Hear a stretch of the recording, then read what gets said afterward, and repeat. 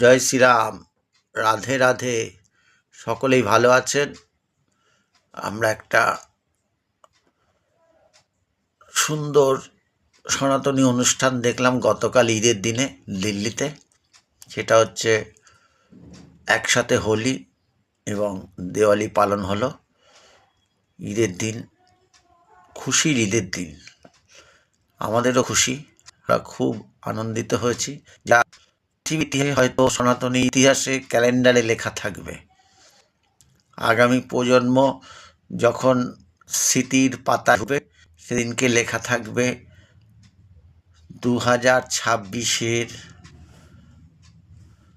21শে March দিল্লিতে ঈদের দিনে হোলি এবং দেওয়ালি একসাথে মানানো হয়েছিল একজন সনাতনী হিন্দু তরুণ কুমারের মৃত্যুর প্রতিবাদে।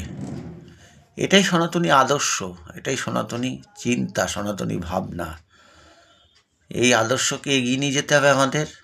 সকলকে একসাথে চলতে হবে, সকল সনাতনীকে একসাথে ভাবতে হবে, একসাথে এক লহমায় একসাথে থাকতে হবে এবং সেটাকে জারি রাখতে হবে।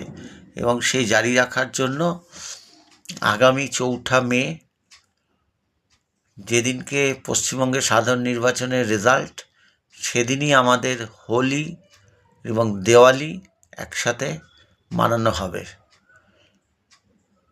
কারণ সনাতনীরা জেগে উঠেছে, সনাতনীদের একসাথে হওয়ার জায়গা হয়েছে। সেদিনকে আমরা সবাই একসাথে হোলি এবং দেওয়ালি মানাবো।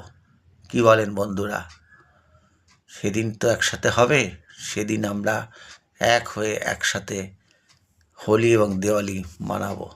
জয় হিন্দ, বন্দে মাতরম, ভারত মাতা কি জয়। ধন্যবাদ।